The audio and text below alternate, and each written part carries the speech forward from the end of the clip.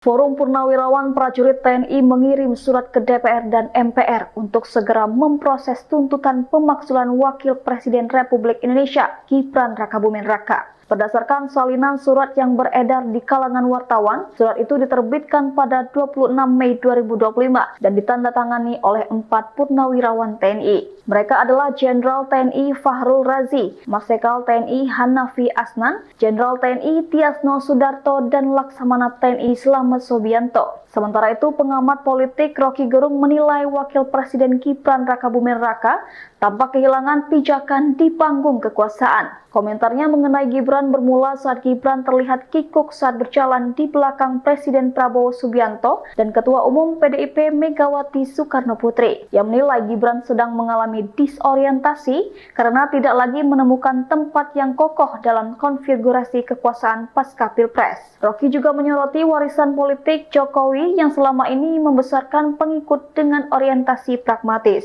Menurutnya, Gibran adalah cermin diri warisan kekuasaan yang dibentuk tanpa fondasi ideologis yang kuat, sehingga ketika perhatian publik beralih, Gibran pun terlihat oleng. Download Tribun X sekarang, menghadirkan lokal menjadi Indonesia.